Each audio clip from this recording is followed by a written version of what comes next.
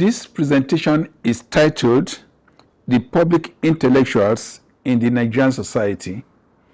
I am Professor Olusola Oyewole, the Secretary General of the Association of African Universities with headquarters based in Accra, Ghana. I am also a former Vice-Chancellor of the Federal University of Agriculture, Abeokuta, in Nigeria. I'm delivering this lecture today in commemoration of the 60th birthday of Reverend Moses Idowu. I say happy 60th birthday to our own Reverend Moses Oludele Idowu. On this your remarkable milestone, I honor not just your years, but the years of your service, your scholarship, and the spiritual leadership you have given to Nigeria and beyond. At 60, you stand as a pillar of intellectual rigor, moral clarity, and historical stewardship in the Nigerian society. Let me mention some of the things you've done. Your scholarly work on the Great Revival of 1930 and the iconic founders like J. Babalola, Moses Orimolade, and Daniel Orekoya has preserved the spiritual roots and cultural memory of African Pentecostalism. Your publications, The Great Revival of 1930, Acts of Power, and The Mantle of an Apostle are now recognized reference materials in academic libraries and religious historical discourse around the world. Let me also mention that through your essays like The Generals Without Shame and Culture of Honor, you have reframed Nigerian governance crisis not simply as corruption, but as a breakdown of honor. This cultural critique has awakened civic consciences and inspires national reforms rooted in moral identity. You are also a prophetic voice in our society. Your prophetic writings and public addresses call for spiritual and national revival.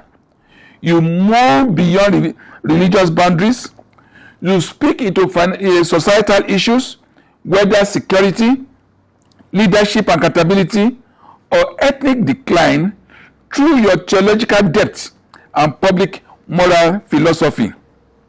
I'm therefore proud to follow your example in speaking today on the topic, the public intellectual in Nigerian society.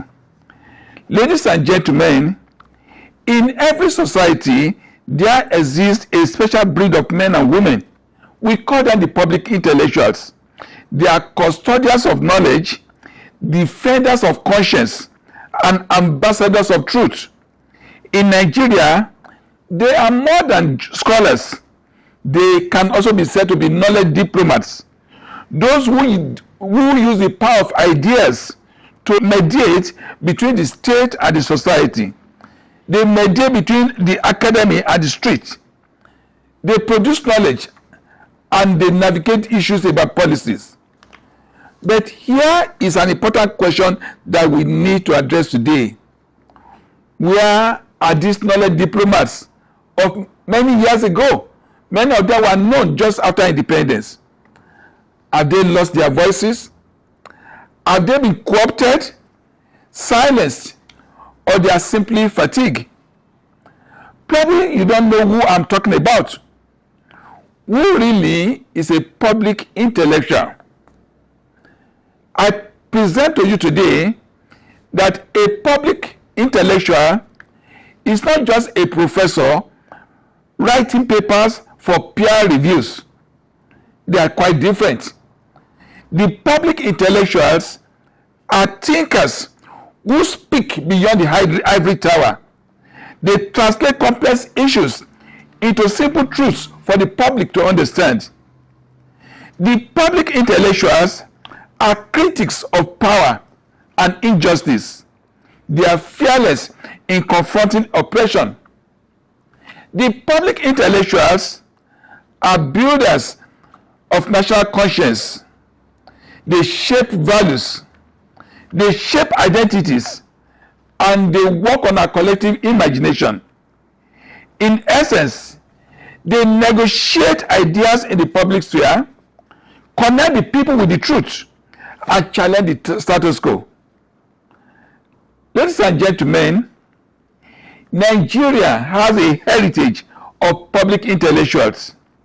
We have produced notable public intellectuals, scholars, writers, activists, and thought leaders who have played intellectual roles in shaping national discourse, advancing democracy, advocating for justice, and promoting cultural identity.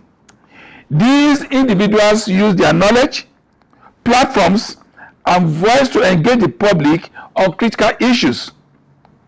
Let me just mention some of these public speakers of Nigeria. On my number one list is Professor Wole Soyinka. His field is literature, theater, and political activism. He has been able to address military dictatorship, human rights, cultural identity, and democracy. Good enough, he happened to become the first African Nobel laureate in literature in 1986. He is a vocal critic of successive military regimes, and through his plays, essays, and speeches, he has been able to inspire democratic movements and intellectual resistance. He has established institutions to promote African cultural and intellectual heritage. Another notable one on my list is Professor Chinua Achebe, 1930 to 2013. His sole field too happened to be literature and cultural criticisms. He has been able to address colonialism, African identity, corruption, and national unity. He happened to be the author of Things Fall Apart, a global literary classic that reshaped African literature. His political essays, like The Trouble with Nigeria, criticized poor leadership and governance. He was a voice for rethinking Nigerian nationhood and the Igbo marginalization. I know that many of us know our brother, Professor Toyin Falola, whose field happened to be African history, global African diaspora studies, and he has addressed issues like post-colonial African identity, education, and intellectual decolonization. Today, Professor Falola happened to be one of Africa's most prolific historians. He has elevated African perspective in global academic discourse. He has promoted mentorship and scholarly platforms for emerging African academics. As I mentioned, Nigeria as a country is not deficient of these great men and women that I've been talking about, our public intellectuals. It is in that same category that we have Dr. Obiageli Ezekwesili, the economics, who is also into public policy and governance. She has addressed issue of anti-corruption, transparency, the girl-child education, and civic engagement. He was a former World Bank Vice President and a former minister in Nigeria. He is a co-founder of Transparency International, global face of the Bring Back Our Guests movement. He was the global face and is still one. He's a promoter of ethical governance and social accountability. Do I need to mention Professor Biodun Jeyifo, whose also field is literature, cultural studies, and political critique, who has addressed issues about literary criticism, post-colonial theory, and state repression. Through his work, through his essays, he has provoked conscience of people and conscience of governance. He has influenced generation of scholars with his analysis of the African situation. There is still a large number of these public intellectuals who are present in this country. Dr. Chika Okeke Agulu, the art historian who is into cultural studies, who has used modern African art and he has focused his attention on restitution of stolen artifacts and cultural sovereignty. Ladies and gentlemen, many of us will remember Professor Clyde Ake, 1939 to 1996, the political economist who is also into development studies, who has addressed issues like democracy, development, militarism, African political theory. He has pioneered African-centered political economy. He was influential in shaping post-independence debates on the governance and development. I know that we also have some emerging intellectuals that can also fall into a category. People like Chimamanda Ngozi Adichie, our own field happen to literature, feminism, and social justice. She has been able to address issues like gender equality, African identity, political correctness, and migration. Today, she is a global icon, a feminist thought leader, and she has used her platform to challenge stereotypes about Africa. Today, she is an advocate for social inclusion. Ladies and gentlemen, it is in this category of people that our celebrant of today fall into. I look at him, Reverend Moses Oludele Idowu, as a strategic public intellectual of our time. Reverend Moses Oludele Idowu is very much contemporary Nigerian intellectual, particularly in the field of religious historiography, ethics, cultural criticism, and public moral philosophy. Although not widely recognized in mainstream academic cycles, his contributions are substantive and provoke critical conversation. Who is this Reverend Moses Oludele Idowu? To me, he's an independent scholar and researcher specializing in African church history, Pentecostal revival movements, and spiritual biography. He has published extensively on foundational issues of the Aladura Pentecostal revival of 1930 in Nigeria, arguably more than any other scholar that we know. He is an active public commentator addressing public ethics, military shame, and cultural decay, with a clear call for restoration of a culture of honor in our country. Part of his contributions covers issues like religious history and revival writing. He has authored The Great Revival of 1930s, The Origin of Modern Pentecostalism in Nigeria, a definitive account of Okoye revival that shaped Nigerian Pentecostal identity. He has written a dozen of books and scholarly papers detailing the spiritual journeys of iconic figures such as J.A. Babalola, Moses Orimolade, and Daniel Orekoya. He is also a conference presenter who can also be described as a scholarly influencer. He is a regular presenter at both national and international conferences on themes including religious biography, African cosmology, divine healing, church security, and church ideology. His essays interrogate the intersections of literature, revolution, social change, and the function of words of power in African cosmology. He has been involved in moral criticism and cultural commentary through his public essays like The Path of True Reform in Nigeria and Generals Without Shame. Idowu has challenged Nigerian political class to rebuild integrity by restoring social honor over legalistic reforms. Let me just share with us some of the excerpts from his writing. Let me quote from the Generals Without Shame, and I quote, It is not titles that honor men, but men that honor titles. We have more generals than any nation on earth, but more does not mean better. If a community has produced more academic professors and still has the largest number of illiterates, then their authenticity is in doubt. Unquote.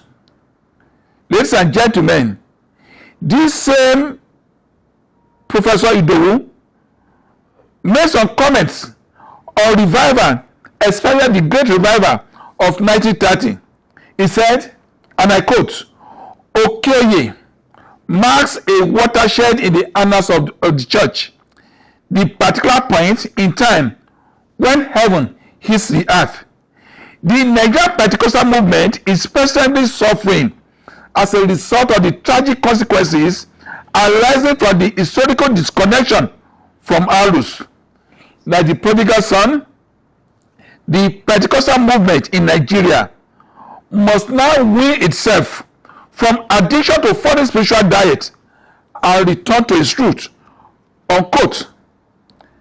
Let me also quote his writing from the Messenger, the Writer, and the Troubled Nation. And I quote, "It is the season of sacrifice, when the children of thy people, the altars of the land are dry, empty and hungry. More sacrifices are now needed to keep the wicked in power and block the way of the chosen ones. Trauma, tears are their tonic, but tears and pain will no longer work. The stakes are now higher. Blood is now needed." Here you see Idowu presenting a spiritual vision tied to a national dynamics, connecting collective trauma to metaphysical struggles and issuing a prophetic warning to his leader. What of his writing titled "The Coming Collision"? Idowu said, and I quote, "A power metaphor for societal tension and awakening. Two sovereign wills cannot exist side by side within the same space. Sooner or later, they will collide. A collision is coming in Nigeria. The spirit of a people cannot be fitted continuously. There must be a confrontation." And I unquote. These excerpts capture the prophetic voice in Idowu's thought, warning that suppressing the truth and social will inevitably erupt. Ladies and gentlemen, we are celebrating today a public intellectual. And I want to ask myself, why is it that public intellectuals matter in our Nigeria of today? The voices and writings of public intellectuals in Nigeria today remain highly relevant and impactful, though they face several contemporary challenges.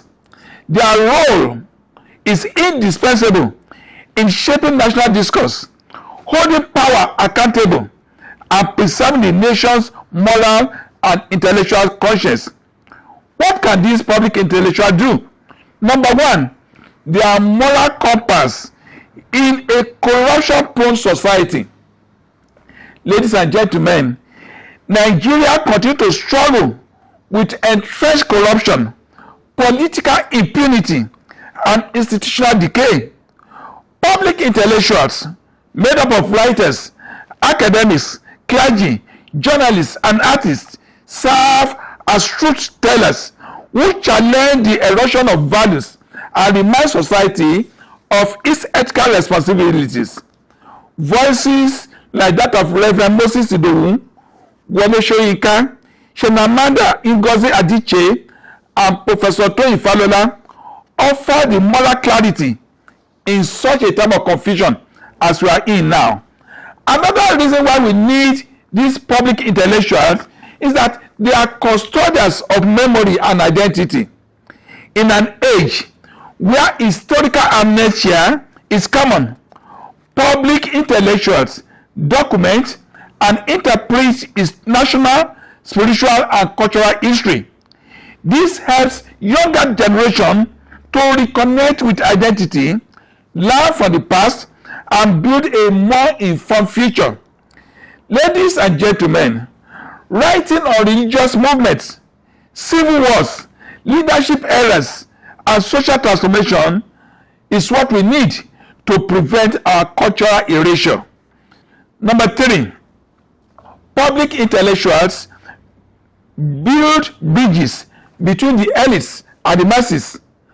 Public intellectuals articulate societal concerns in a language that resonates with both policymakers and everyday citizens. They translate complex socio-political issues into moral or practical language that mobilize public awareness and action. Ladies and gentlemen, we need our public intellectuals for such a time as we are in our country.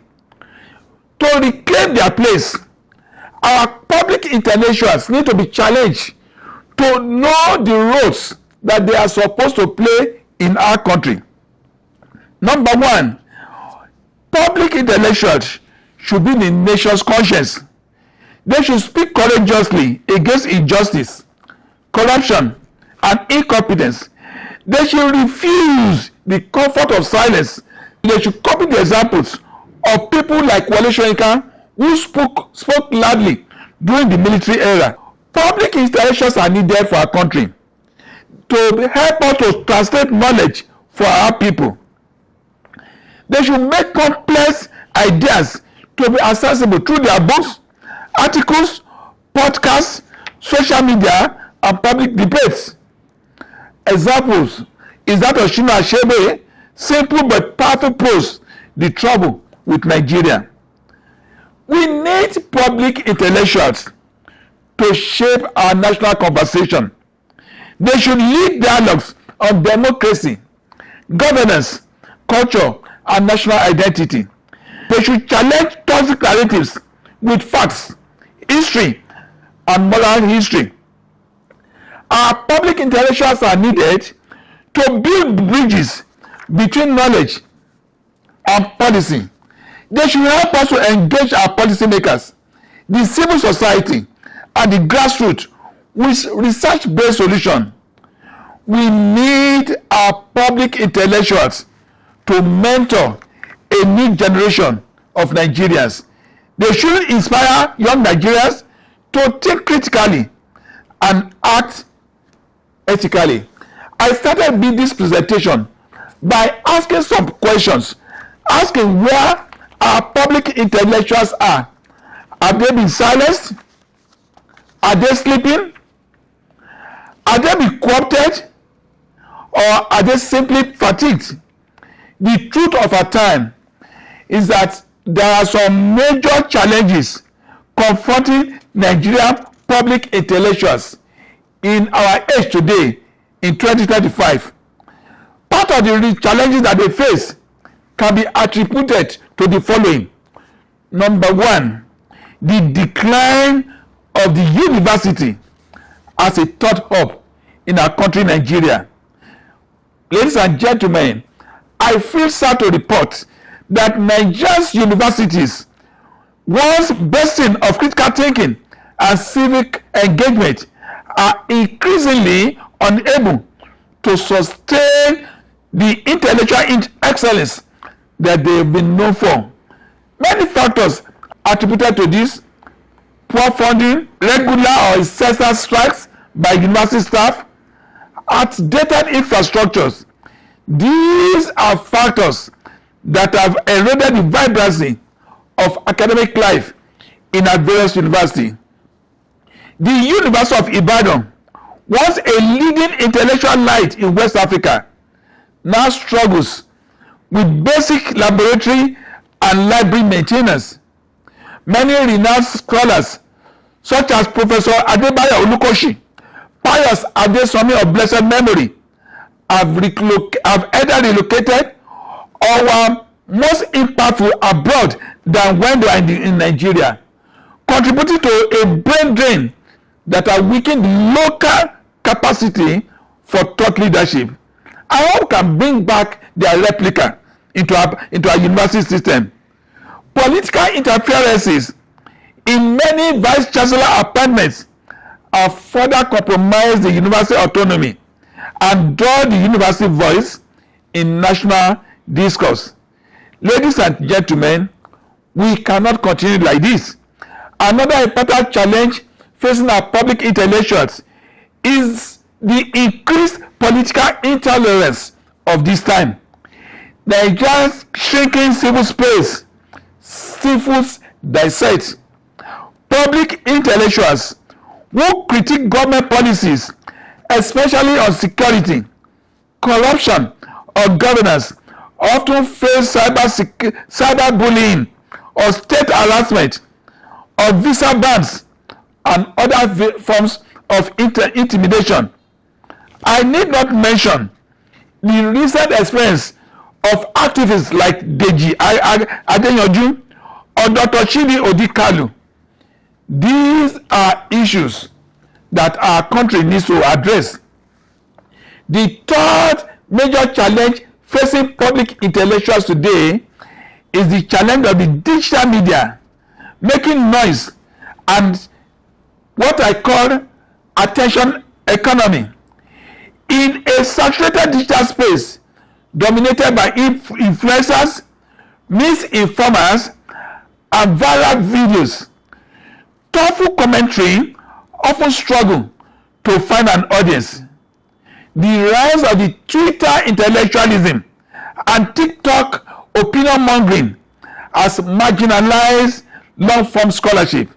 This is sad. This is a situation that we need not allow to continue.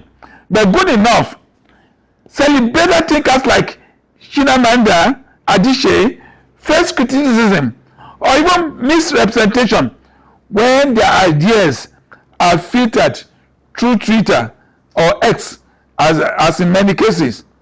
Ladies and gentlemen, our public intellectuals are not dead, but they are facing challenges in a society that is polarized, challenges in a society that has distrust for intellectuals. Ethno-religious divisions among us continue to polarize public discourse. When intellectuals speaks, audiences often interpret their views through the lenses of ethnicity, religion, or region. For instance, Nobel laureate Wole Soyinka, though widely respected, has faced harsh criticism from groups that disagree with his views on Fulani harassment or the political class. His ideas are sometimes dismissed by those who view them through a tribal filter. This should not continue. More worrisome is the issue of poor public reading culture and the literacy gaps in our society. The impact of public intellectuals is heavily constrained by a declining reading culture. Nigeria's low book sales, minimal library patronage, and short attention time limits is affecting the impact of our public intellectuals. Publishing houses today face limited circulation, and while bookshops struggle to survive, the Nigerian media landscape favor entertainment-driven and religious motivational contents. This should not continue. I can go ahead to talk of many other challenges facing public intellectuals today: the economic pressure of our time, a distracted youth population, censorship and intimidation, tribal and religious bias, among others. But let me mention that the situation is not all that of woes. There are still opportunities in the current trends of our country. So the opportunities that I believe that public intellectuals can key into. The first one is the shifting trends and opportunities. Ladies and gentlemen, Despite the challenges which I've chronicled before you today, there are new pathways for public intellectuals in our own age. For example, public intellectuals now have access to digital platforms and podcasts. They can use the YouTube, Substack, and the X, formerly Twitter, to bypass mainstream media gatekeepers and reach wider audiences. Today, more than ever before, our public intellectuals can be involved in interdisciplinary collaboration. Art, literature, law, history, and activism can now intersect each other. Many of our modern public intellectuals are making sure of this. Let me also mention that there is a growing diaspora network that is empowering our public intellectuals. Diaspora intellectuals like Toyin Falola, Adiche, Chika Okeke Agulu are using their global platforms to elevate African narratives and pressure Nigerian institutions. I should also mention that our youth engagements and literary revival through festival and spoken word movements and public writing workshops is something that is a hope for our future. Ladies and gentlemen, we need our public intellectuals. Why? We have a lot at stake. When public intellectuals are silent, ignorance becomes loud. When public intellectuals withdraw, propaganda and mediocrity dominates the public space. Ladies and gentlemen, when our public intellectuals fail, our society suffer collective amnesia and repeat its mistake. But when our public intellectuals rise, they awaken our national conscience. They preserve the moral memory of our people. They ignite hope and inspire transformation. As Chinua Achebe once said, and I quote, "The trouble with Nigeria is simply and squarely a failure of leadership." But today, the failure of leadership is also the failure of public intellectuals.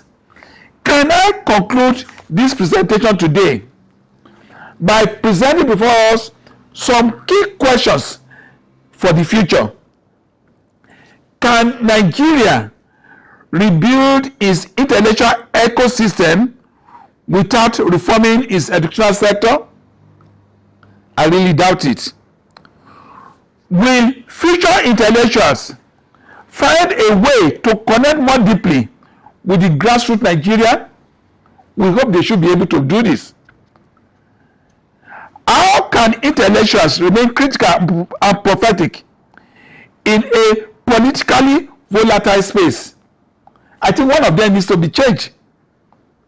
Ladies and gentlemen, what roles should the church, mosque, and traditional institutions play in protecting our public freedom of expression? Unfortunately, there appears to be unconcerned. So I ask all of us today, will Nigerian intellectuals remain comfortable spectators while our nation is bleeding? Will they trade their moral voice for political appointments and remain silent? It's quite unfortunate. Will they allow the social media noisemakers to define the nation's thinking? Or will they rise as knowledge diplomats, public intellectuals, building bridges between wisdom and action, scholarship and citizenship, power and accountability? In 2025, Nigeria's public intellectuals operate between marginalization and resilience. Though constrained by public intolerance, economic pressures, and a collapsing intellectual infrastructure, our public intellectuals continue to push boundaries, spark dialogues, and light fires of thought across the continent and diaspora. it is in this category that our own Reverend Professor Moses Oludele Idowu belongs. Nigeria desperately needs its public intellectuals to step out of the shadow, to think, to write, to speak, and to act with courage and clarity. Ladies and gentlemen, we need new Ashebes to diagnose our problems. We need new Shoyikas to provoke our conscience. We need new Claude Ake to redefine our democracy. We need knowledge diplomats who will negotiate Nigeria's future with ideas, not with weapons. Ladies and gentlemen, when the pen is silent, the gun becomes loud. Let us rise up, not as mere academics or commentators, but as public intellectuals who will shape the destiny of Nigeria with the power of knowledge, truth, and moral courage. It's because of this that we need to celebrate this erudite public intellectual, Moses Oludele Idowu.